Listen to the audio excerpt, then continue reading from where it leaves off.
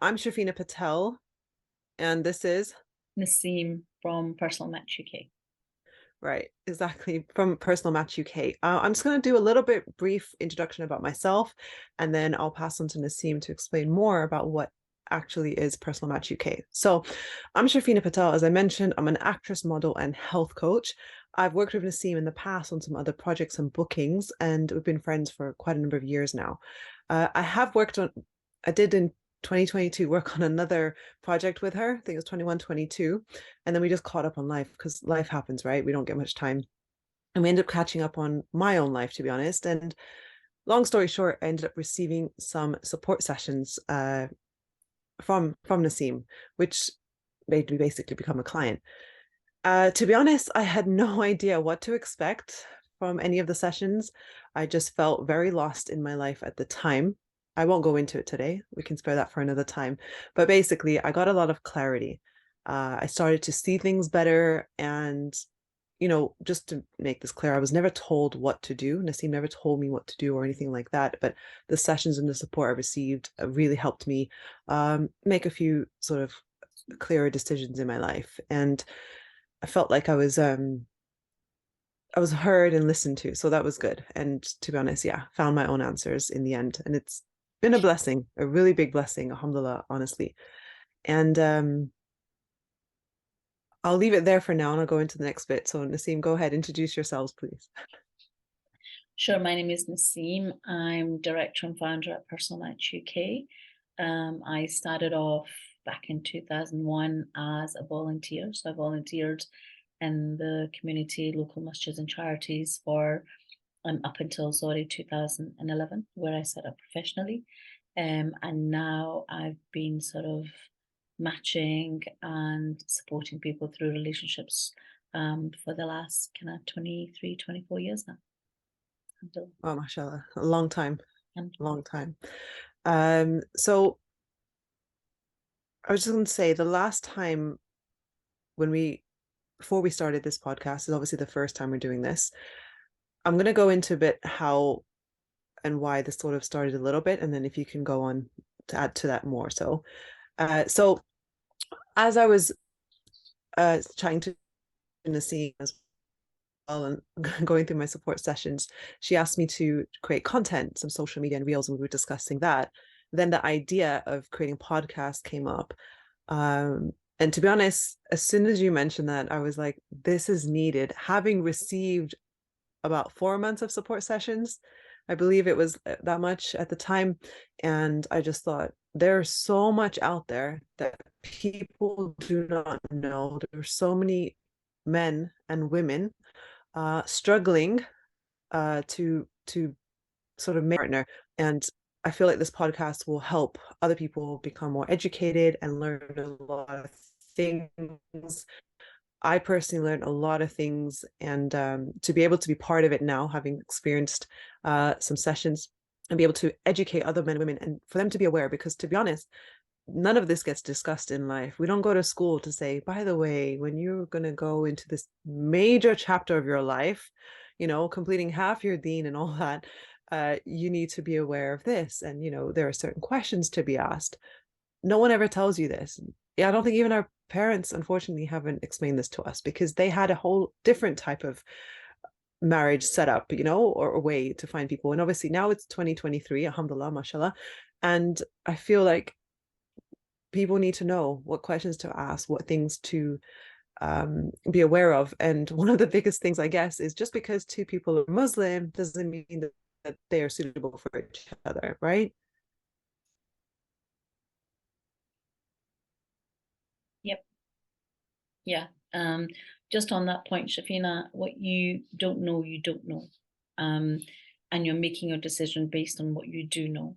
Um, and unfortunately, in the world of social media, a lot of it's based on how the person looks and dresses. Maybe it could be some along the lines of like their sense of humor, or how they react with you. But unfortunately, behind all of that, when the dust settles and you have to live life with this person, not enough questions, I believe, I get this on a daily basis, are asked of what will your life actually look like? So, earlier on, I was speaking to a client today, and she was asking, how would I know if I should pursue things with someone because I think they might be interested? And I reminded her that it's best to look at the whole situation, to look at like what the family you're going to be received in, what is a person's mindset. So looking at someone's age isn't really a gauge. You could have somebody who's 40 and unfortunately behaves like a 20-year-old, or you could have someone 20 who behaves like a 40-year-old and has a completely different concept in life. But I think the main thing to sort of establish when you're making early communication is how much does this person respect your opinion, how much this person allow you to be yourself, and how much is person authentic around you. I think those would be the three things to look at before you even think about, could I make a life with this person? Okay, and how would one go about doing that? I mean, how would you recommend someone finds out about these things, if that makes sense? Yeah. So if you're in general conversation with someone, I do remember going through needs and wants with you when we were going through our needs and wants. So for example, if your need is emotional intelligence, your need is growth mindset, your need is growth compass, your need is moral compass, apologies, then you establish questions around those three topics just in the initial stages, and that's in the getting to know stages. It's not, okay, I like this person, so now let me do it. It should be done from the beginning. So initially, when you're just doing your chit chat, you've got your, however time that you're going to spend just on like, how's your day going, what you've been up to, the kind of general things, and then sort of gradually ask their opinion. So what's your thoughts on this? And how do you feel about that? And in your life, have you experienced this? And all of those questions, I would say, for at least the first month should be around your three needs. So sit down with, you can sit down with one of us, or you can sit down with a friend, and really go through what is a need and why. So when you know your need and why your need is that, then when you choose someone to build a life with, that person's going to be around for the lifetime. It's not going to be somebody that's in your life, for a few months, for a few years, and leave because you didn't communicate your needs. And of course, at the same time, you would encourage that person to share their needs and understand if you value and agree with what their needs are and how important their needs are to them as well.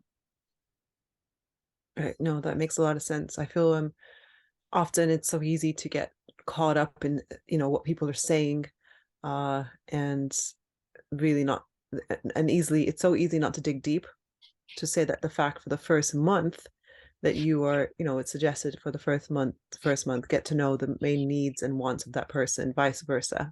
Obviously it's a two-way thing. That's quite some time. If you're talking maybe daily or something like that.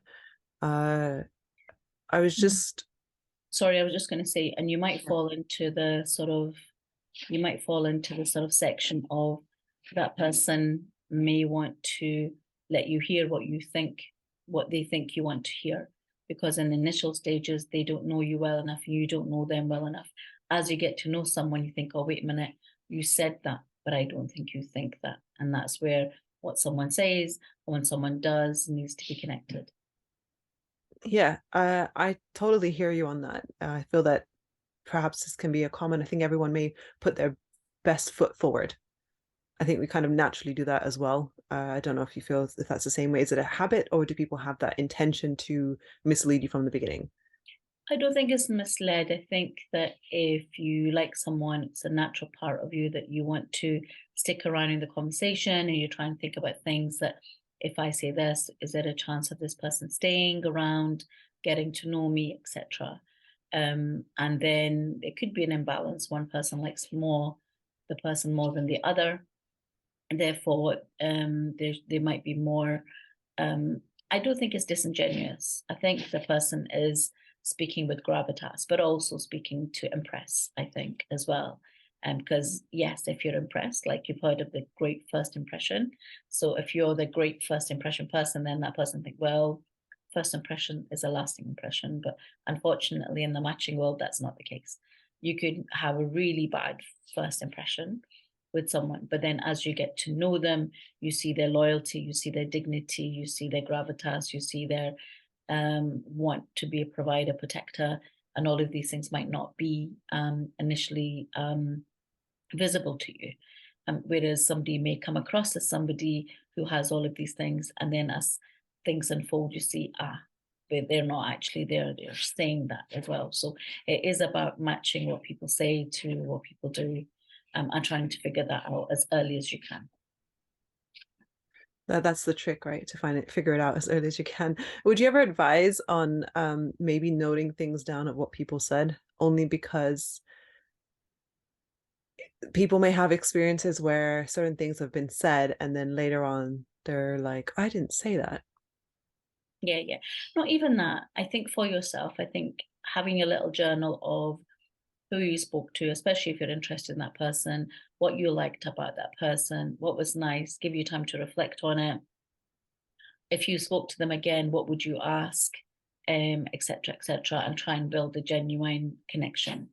And then as you go through your genuine connections and your needs and your wants, you'll be able to see that this has potential, and if it doesn't have potential, then you have within the first month to 6 weeks the autonomy to just be respectful and exit out, as opposed to allowing yourself to spend months and months to get to know someone when you already realize that this could be a potential problem. Okay, no, I hear you on that. So you said a month to 6 weeks. Is that something that you recommend to all of your like clients? It depends on the person, their journey. So someone could be single, someone could be divorced, someone could be divorced with children, someone could be a confident person, someone could be a quiet person. So from a coaching perspective, I will vibe off the person of where they are in life, and make it quite personalized to them, because it's not one coaching and support, it's not one shoe fits all. Right. And you mentioned single people, divorced people, people with children. So your service, Personal Match UK, is available for people that are at different stages. Yes, all the way from 18 to 55. 18 to 55. And it's okay if they're divorced or have children. Yes.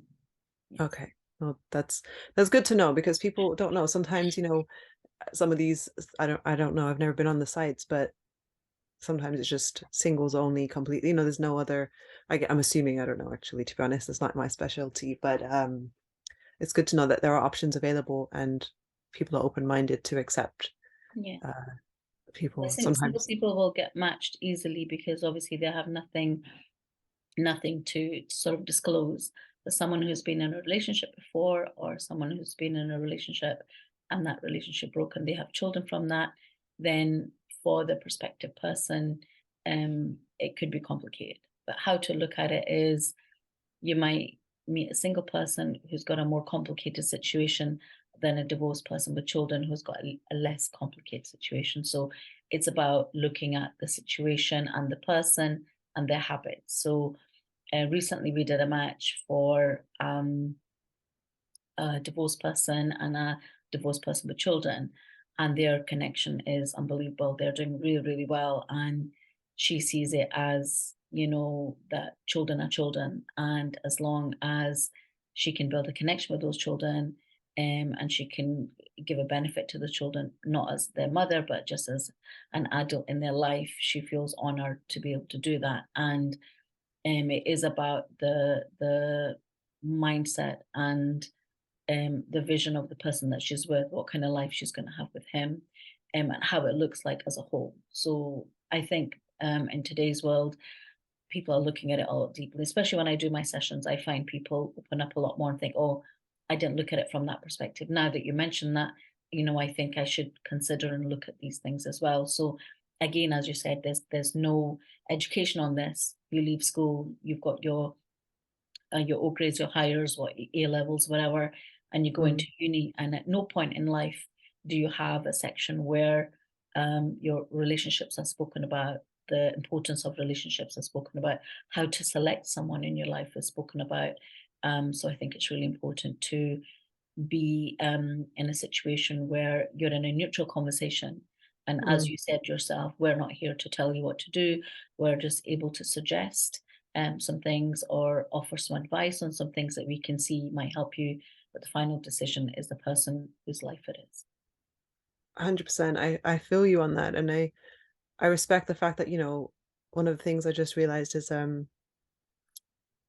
you help us realize what we want. Often, no one asks us what we want. Do we even ask ourselves what we want? Yeah. We don't even know what we want. That's another thing. Oh, I'm there with that. I mean, like I said, we can talk about this another time, but briefly taking it back to myself, my realization was I actually clear on what I actually wanted? Which is my fault, my downfall, and things like that. I hold my hands up to that. I probably wasn't very clear. I didn't answer the question myself. So therefore, how can I get the answers from anyone else or see what my needs and actual wants are? Until we are clear on that, only then we can actually move forward to find the right spouse for ourselves. Because there's no point not knowing what you want, going into something and then realizing, oh, I don't want this. And then you've kind of messed up a lot of situations there. Yeah, I think that's quite an epidemic in today's world when we do a lot of interviews, people initially come to us. The biggest realization for me is that this person hasn't ever had a conversation they're having with me. So they probably make more decisions on what they're going to do in their weekly shop and like what ingredients they need for whatever they're cooking than sitting down and thinking, what do I need in order to make my life the life that I want it to be? What kind of person do I want to take the next steps into the world with, raise my kids with, make a home with. I think I would say more than 90% of people that speak to me are, oh, I'm just looking for someone nice, someone that's attractive, someone I get on with. But they don't really have a plan of where they want to be and what their life should look like. So having discussions with ourselves opens up many, many doors of, okay, this type of person is definitely going to work better with me. Again, as we were discussing earlier on, what appeals when you sit down and the sand kind of settles is a person that's worth their salt, a person that's starts off not taking advantage of your situation, wants to respect you, wants to genuinely know you as a person and understands maybe this could go the whole way, maybe it wouldn't. But obviously they're interested, so they're going to try. But as they're doing that, you're noticing a whole level of respect, a whole level of genuineness, a whole level of gratitude in there, and just how they deal. I think, the biggest thing that a lot of people don't deal with is, let's say you're meeting someone for coffee, how they speak to the waitress. Do they open the door for you?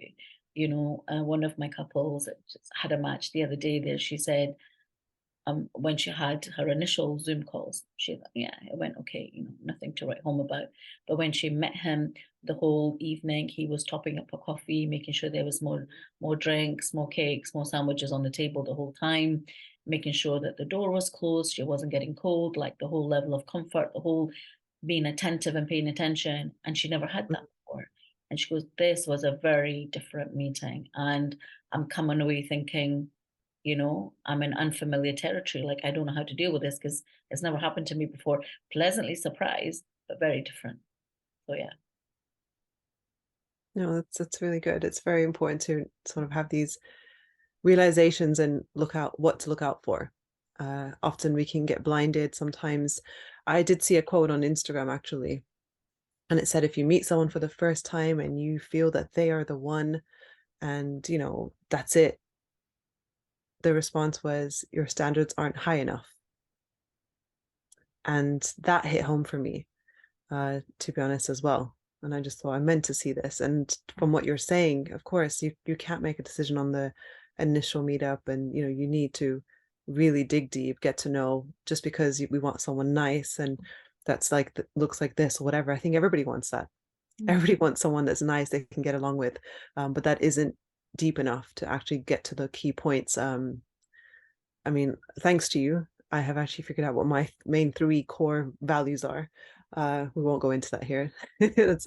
But for me to be able to recognize that now moving forward, I know what to look out for. Alhamdulillah. So how would anyone start with I mean, ours happened, we got into discussion and we started our support sessions. But for someone new that is thinking, okay, you know what?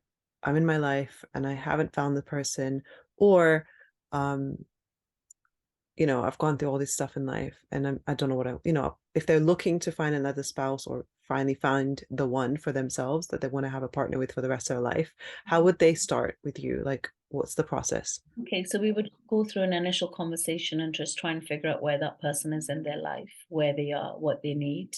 Mm-hmm. Are they just starting out in life? Have they established their career?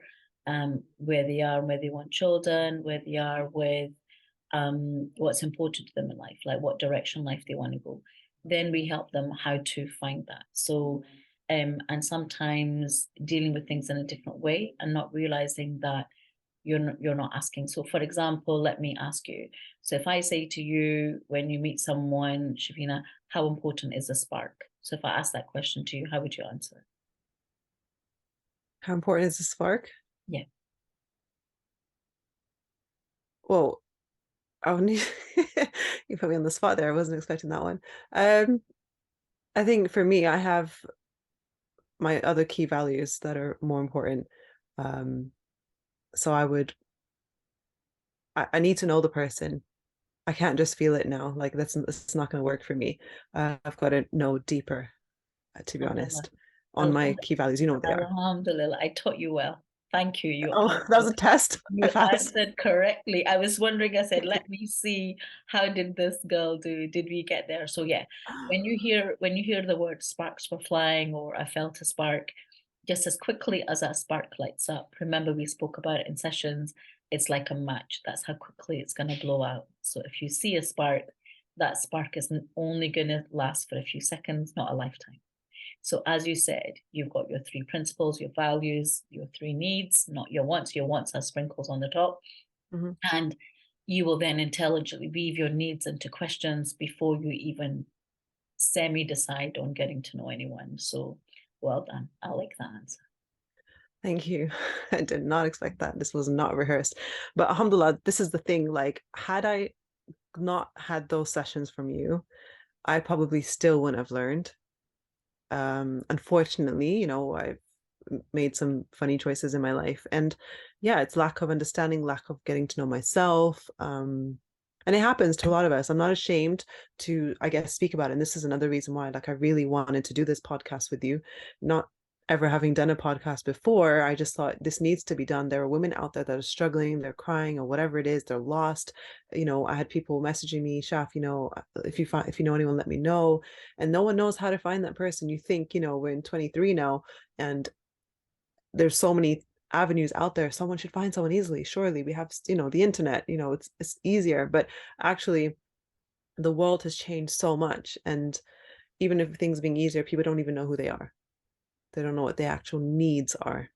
If you don't know what your needs are, how are you meant to receive those needs from anyone else? Because you don't even know what they are yourself. And that's why sometimes we end up in situations and we wonder, how did we get here? But it was because of the foundation. The best decision wasn't made on both parties. And we just kind of went with the flow and realizing going with the flow doesn't always work when it comes to choosing a life partner. I wanted to ask another question. Of course, please. So do do I mean, I guess I know the answer now, but initially I thought that you just matchmake. Mm-hmm. Mm-hmm. What other services do you provide? Okay, so we have master classes that will be going up online soon. So we're recording them at the moment. So they'll be going up online for um, a lot of different topics. What are barriers? What are mindset? And there's a really good one right now that I've just finished recording. It's got online success guide, which means my 25 years of learning in my industry. I've put into a video so that people can protect themselves. So as you were saying, there's an absolute entourage of websites and apps and places you can go to click left and right.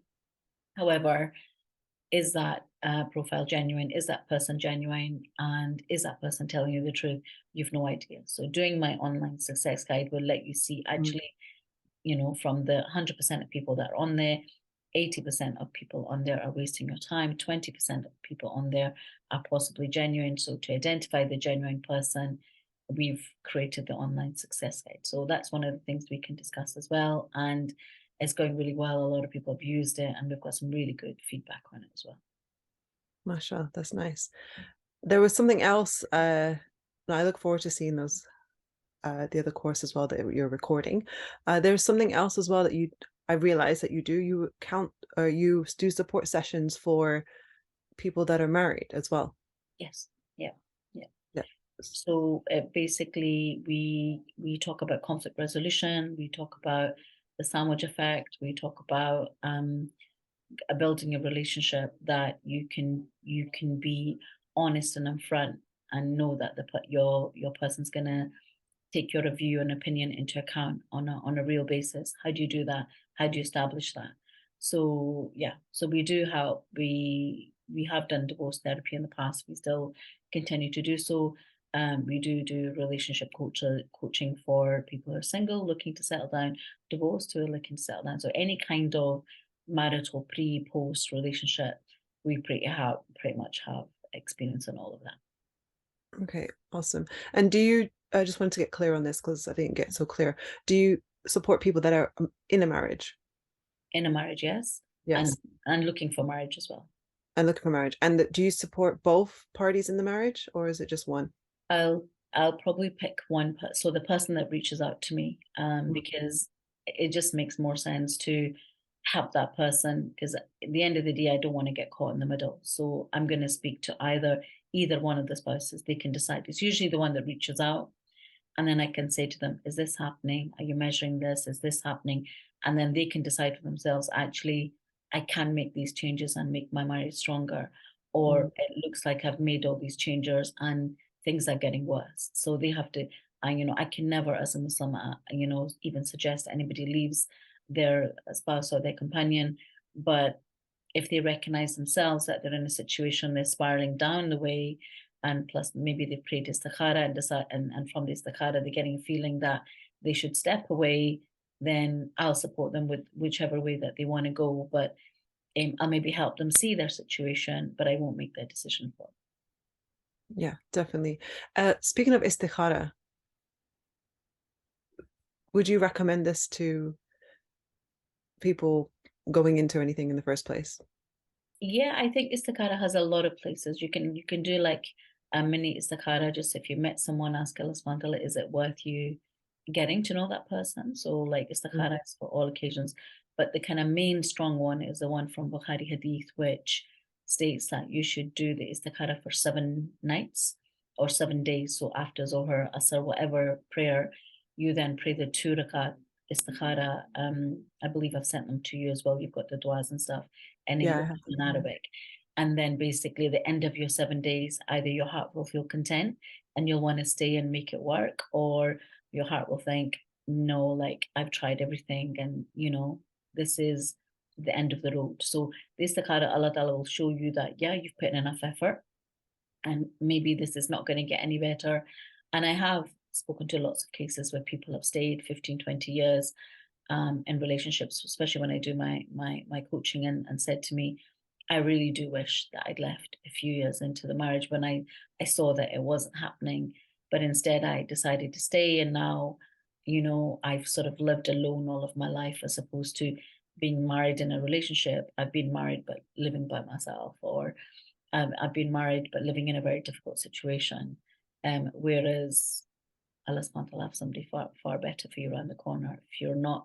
And it isn't that I'm advocating that people should get divorced. Definitely choose the right person in the first place. Do everything you can to make it work. Put your heart and soul into it. But your mental health is not worth it to stay in a situation that you're going to get worse and you're going to lose your own health and mental health at the same time. Yeah, I mean, that's definitely a different, probably you can do a whole another podcast on that, with regards to staying in something or not, or trying to do the right thing. And it's there's a thing where people say, oh, I've heard the saying, Allah's throne shakes on the sound of divorce or something like that. And often people hold on to that and stay in their situation for longer than planned, or try not to get out of the situation because of that. Whereas actually we are Muslim at the end of the day, and divorce is an option if, if you can't make it work, everyone has different reasons, then that is available. Yeah, I mean, if this is from the Prophet, peace be upon him. I listened to a bayan recently, and the sheikh was saying that a lady came to the Prophet, peace be upon him, and she said, I feel really bad that I no longer love my husband. I think I've fallen out of love with my husband, and no matter what I do, I can't love my husband, and I don't know what to do. And even for that, he goes, yes, it's not, divorce is not, apologies. You're gonna have to edit that. My namaz time just rang there. So he was saying that although divorce is the last thing you should do, it is your last resort. However, if you don't love your husband, then you should leave, because at the end of the day, if you're finding it very difficult to stay in that marriage, then a lot of other things can go wrong. So it's best to understand that you don't love your spouse anymore. And obviously, people are divorcing for a lot bigger things, not just, they would probably work on that relationship a bit more and see if they can rekindle or reconnect and all these kind of things that we would do in the coaching world. But it really just depends on if the other person, really wants to do that as well. So like in my environment, I definitely encourage date night, whether you're, married 1 year, 5 years, 10 years, 20 years. Date night, just one night in the evening where you've got your partner, whether you're going for a walk or a picnic or a fancy dinner or even a weekend long break, just that time to say, this happened that week, this happened this week, it kind of bothered me.